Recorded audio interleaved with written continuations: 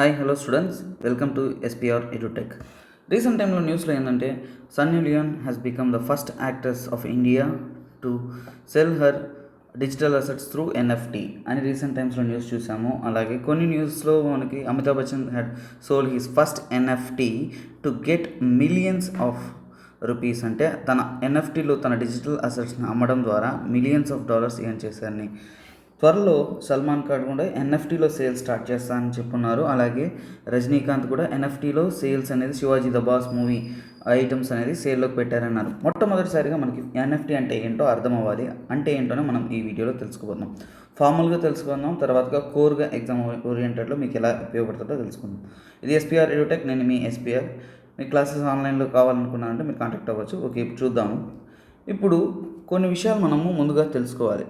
Digital assets వాళ్ళు online ద్వారా అమ్ముతున్నారు. డిజిటల్ అసెట్స్ మనకి ఒక వస్తువు ఒకటి ఉందంటే అది ఏంది, నార్మల్ అసెట్, ఆస్తులు అంటారు.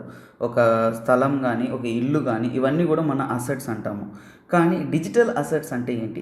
ఆన్లైన్ రూపంలో ఒక మనీని డిజిటల్ మనీ అంటాము. మన వ్యాలెట్స్లో ఉన్న మనీని, అవి కూడా డిజిటల్ అసెట్సే. లేదా ఇప్పుడు రీసెంట్గా వచ్చినవి ఏంటంటే బిట్ కాయిన్స్, వాటిని ఈ మధ్య మనం డిజిటల్ అసెట్స్గా కన్సిడర్ చేస్తాం. దాంట్లో రెండు రకాలు ఉంటాయి, ఫంగిబుల్ అటెన్స్ టోకన్ అండ్ నాన్ ఫంగిబుల్ టోకన్స్ అంటాం. సో ఇప్పుడు మనము ఫంజిబుల్, నాన్ ఫంజిబుల్ చూస్తున్నాము. సో ఫంజిబుల్ అంటే ఏంటి?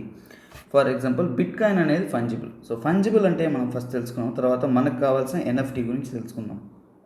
ఇప్పుడు ఒక 20 రూపాయల కాగితం మన చేతిలో ఉందంటే అది ఎక్కడైనా పోయి నేను మార్చుకుంటూ 2 10 రూపాయల నోట్లుగా తీసుకోవచ్చు, లేదంటే 4 5 రూపాయలు బిల్లులుగా తీసుకోవచ్చు, కాయిన్స్గా తీసుకోవచ్చు. లేదంటే మనం ఏదన్నా ఒక రూపంలో, ఫర్ ఎగ్జాంపుల్ 2000 రూపీస్ నోట్ ఉందంటే మనం ఏం చేస్తాం, దాన్ని 500 రూపీస్ నోట్స్ గాను, లేదంటే దానికి ఈక్వలెంట్ వాల్యుబుల్ ప్రోడక్ట్స్ గాను మనము మార్చుకోవచ్చు. అంటే ఇప్పుడు ఏదైనా ఒక ప్రోడక్ట్కి ఒక వాల్యూ ఉండి ఆ వాల్యూని మీరు ఎక్స్చేంజ్ చేయగలిగి ఈజీగా మార్చుకోగలిగామంటే దాన్నే మనం fungible assets or fungible tokens అంటాము. సో బిట్ కాయిన్స్ అనేది ఒక one of the fungible token.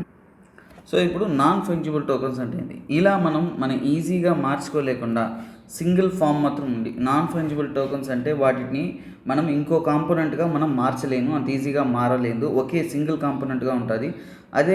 అదేలాగా ఇప్పుడు నాన్ ఫంజిబుల్ టోకన్స్ అంటే మనకి art forms, mostly art forms అంటే చూడండి, ఇమేజ్ కానీ, వీడియో కానీ, ఆడియో ఫైల్ కానీ, మరికొన్ని ఆర్ట్ ఫామ్స్ ఏమన్నా ఉండొచ్చు. వాటిని ఫర్ ఎగ్జాంపుల్ డిజిటల్ సర్టిఫికేట్స్ కానీ ఏవో ఉండొచ్చు.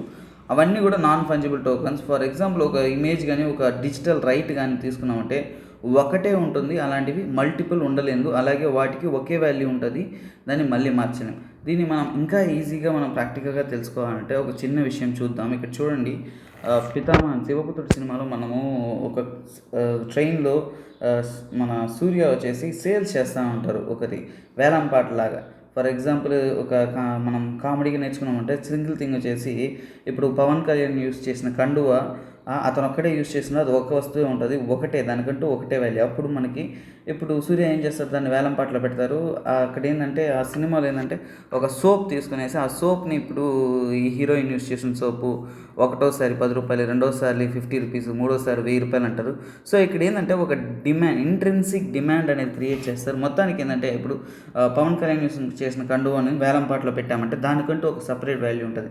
మొట్టమొదటి తర్వాత 1000 రూపీస్ అన్నా అంటే ఖచ్చితంగా దానికి పోటీ పడి దానికి డిమాండ్ క్రియేట్ చేసి దాని వాల్యూ 1,00,000కి పెంచుకోవచ్చు, 1 కోటి రూపాయలు కొనే మనిషి కూడా ఉండొచ్చు. సో ఇలా ఏంటంటే ఒక డిమాండ్ క్రియేట్ చేస్తారు. అలాగే ఈ విషయం అనేది ఒక్కటే, కాకపోతే ఇదేంటంటే physical assets. So physical assets అనేది ఇలాంటిది ఒక ఆన్లైన్ ప్లాట్ఫామ్లో ఒక డిజిటల్ అసెట్స్ క్రియేట్ చేసి దానికి డిమాండ్ క్రియేట్ చేయాలి. ఫర్ ఎగ్జాంపుల్ ఇప్పుడు అమితాబ్ బచ్చన్ సేల్స్లో పెట్టిన దాంట్లో ముఖ్యమైన విషయం ఇప్పుడు మనకి ఇంకా డీటెయిల్గా అర్థమవుతుంది. ఇక్కడ చూద్దాం. ఈ ఇమేజెస్ ఏంటంటే చూడండి, మన మోనాలిసా పెయింటింగ్ ఒక డిజిటల్ వర్క్ ఉంటుంది. ఆ డిజిటల్ వర్క్ అనేది సేల్లోకి పెడతారు. మనం ఆన్లైన్లో చాలా కాపీస్ దొరకవచ్చు, ఎక్కడ చూసినా ఎక్కడైనా కానీ మన డిజిటల్లో యూట్యూబ్లో డౌన్లోడ్ చేసుకోవచ్చు, ఇమేజెస్ దొరకచ్చు. కానీ అవన్నీ నకల్, అంటే ఒరిజినల్ అయితే కాదు. ఒక ఎమోజీ ఉండొచ్చు, లేదా ధోని కొట్టిన ఫస్ట్ హెలికాప్టర్ షాట్ వీడియో, లేదంటే మన యువరాజ్ సింగ్ కొట్టిన 6 వీడియో, మొట్టమొదటిసారి కంపెనీ రైట్స్ ఉంటుంది.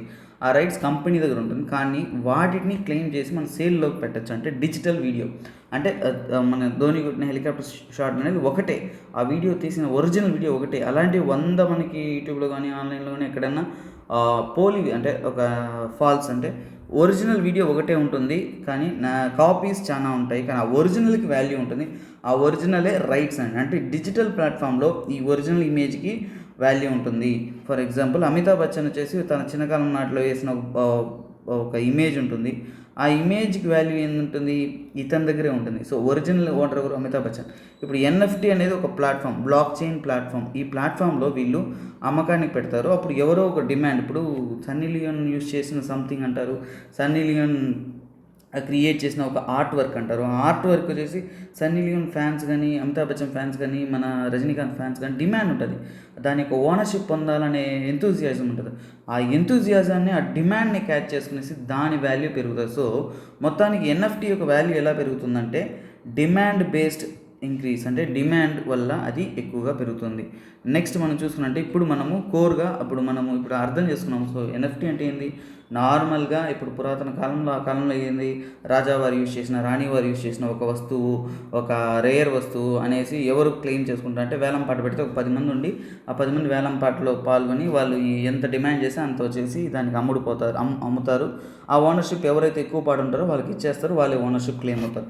ఈ ఎన్ఎఫ్టీ కూడా సింపుల్స్ ఆ concept, same to same online ప్లాట్ఫామ్లో ఒకటి క్రియేట్ చేసి దానికి డిమాండ్ క్రియేట్ చేసి అందరూ వాల్యూ చెప్తే అది ఎవరు ఎక్కువగా వాల్యూస్ చేసి ఓనర్షిప్ క్లెయిమ్ చేస్తారో వాళ్ళకి ఆ ఓనర్షిప్ ఇచ్చేస్తారు. కాకపోతే ఇవి చాలా safe and secured methodology, blockchain technology use చేసుకునేసి చేస్తారు. అందువలన అంత ఈజీగా ఎథెరియం అనే సేమ్ మన ఇప్పుడు మనం రీసెంట్ టైమ్స్లో చూస్తున్నాం కదా, బ్లాక్ చైన్ టెక్నాలజీస్లో బిట్ కాయిన్స్ ఎలా ట్రేడ్ చేస్తున్నారు, same to same Ethereum technology use చేసుకొని దాన్ని సేఫ్ అండ్ సెక్యూర్డ్గా మల్టిపుల్ సిస్టమ్స్లో యాక్ట్ చేస్తూ చాలా సెక్యూర్డ్, అంత ఈజీగా ఎవరు మాడిఫై చేయలేరు, అలాగే దీనికి ఫాల్స్ క్లెయిమ్స్ చేయలేరు. అందువల్లనే ఇది ఈ మధ్య ట్రెండింగ్లో వచ్చింది. సో వీటి గురించి మనం చూస్తాం. చూడండి, ఇది ఒక డిజిటల్ ఆర్ట్.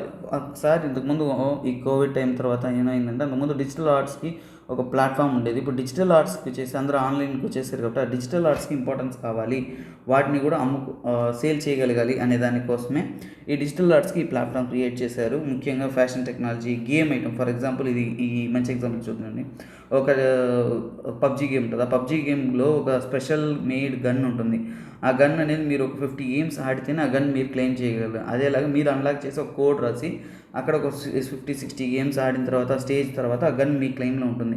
కానీ ఇప్పుడు అదే ఒక గన్ ఇంకో పర్సన్కి మీరు సేల్ చేయగలగాలి అంటే, ఒక పర్సన్ వస్తారు, ఆ పర్సన్ 50 గేమ్స్ ఆడే ఓపిక లేదు, కాకపోతే దీన్ని మీరు సేల్లో పెడతారు. అతను ఆ 50 గేమ్స్ ఆడకుండానే ఆ కోడ్ తీసుకునేసి అది డిజిటల్ రైట్. ఇప్పుడు ఓనర్షిప్ నా దగ్గర నుంచి ఆ ఒరిజినల్ ఓనర్షిప్ ఇంకో అతను నేను సేల్ చేస్తాను. సో అప్పుడు ఆ గన్ని అతను 50 స్టేజెస్ దాటకుండానే అతను పొందగలడు. సో అతను త్వరగా అనేది ఎఫిషియెంట్గా ఆడగలరు. సో ఇలాంటివి సేల్స్, గేమ్ ఐటమ్స్ కూడా సేల్ పెట్టచ్చు. ఒక essay writing. For example Amitabh Bachchan తన కవితను, చిన్ననాటి తండ్రి కవితను సేల్లో పెట్టారు. డిజిటలీ కలెక్టిబుల్స్ ఏమన్నా ఉండొచ్చు, టికెట్స్, ఒక మూవీ టికెట్స్ కానీ, ఫస్ట్ షో టికెట్స్ కానీ అలాంటివి, ప్యాటర్న్ రైట్స్, డిజిటల్ సర్టిఫికేట్స్, ఇంకా పేపర్లెస్ అడ్మినిస్ట్రేషన్లో ఇది ముఖ్యంగా ఉంటుంది. నెక్స్ట్ ఇంకా చూసామంటే చూడండి, ఇది ఎథెరియం బ్లాక్ చైన్ టెక్నాలజీ ద్వారానే వీళ్ళు సేఫ్ గార్డ్ చేస్తున్నారు. అంత ఈజీగా ఎవరు మాడిఫై చేయలేరు, ఏం చేయలేరు. సో అలాగే ఇప్పుడు ట్రెండింగ్లో హైగా రావడం వల్ల, ప్రైసెస్ ఎక్కువ అవడం వల్ల ఇది న్యూస్లో ఎక్కువగా ఉంటుంది. ఫర్ ఎగ్జాంపుల్ దీనివల్ల ఏంటంటే digital scarcity, uniqueness, proof of ownership అనేది ఇది కలిగిస్తుంది. ఫర్ ఎగ్జాంపుల్ డిజిటల్ స్కార్సిటీ అంటే ఏమంటే, ఇంతకుముందు ఒక క్రికెట్ కొట్టిన 6 వీడియో అనేది అందరి దగ్గర ఉంటుంది. ఓనర్షిప్ కూడా వేరే పర్సన్ దగ్గర ఉంటుంది, దాన్ని క్లెయిమ్ చేయరు. ఇప్పుడు ఏంటంటే ఓనర్షిప్ క్లెయిమ్ చేయొచ్చు. ఫ్యూచర్లో ఏంటంటే వీటిని మనం రెస్ట్రిక్షన్స్ కండిషన్స్లో వచ్చినప్పుడు ఆ ఓనర్స్ అనేది ఆ రెస్ట్రిక్షన్స్ కానీ లివీ చేసేదానికి ఛాన్సెస్ అనేది చాలా ఉంటుంది. ఇది కంటెంట్ క్రియేటర్స్ వాళ్ళ వస్తువుల్ని, ఆ కంటెంట్ని ప్రపంచవ్యాప్తంగా అమ్ముకోవడానికి ఆస్కారాలు చాలా ఎక్కువగా ఉంటుంది. దీంట్లో ప్రాబ్లమ్స్ ఏమేమి ఉంటాయంటే, ఇవి ఇన్వెస్టర్ రిస్క్. సార్ ఇప్పుడు మనకి ఒక వస్తువు ఉందంటే, ఒక స్థలం ఉన్న ఇల్లు కొన్నామంటే వాటి వాల్యూ అనేది మనం చెప్పగలం ఉండదు. ఒక డిజిటల్ ప్లాట్ఫామ్లో ఒక మనీ వాల్యూ, ఏదైనా ఒక ప్రోడక్ట్ వాల్యూ అనేది డిమాండ్ బేస్డ్గా ఉంటుంది. డిమాండ్ తగ్గిపోయిందంటే దాన్ని ఎక్కువ డబ్బు పెట్టుకునే మనిషికి ఆ వాల్యూ అనేది, దీపావళి కదా, సో సౌండ్స్ ఉంటుంది.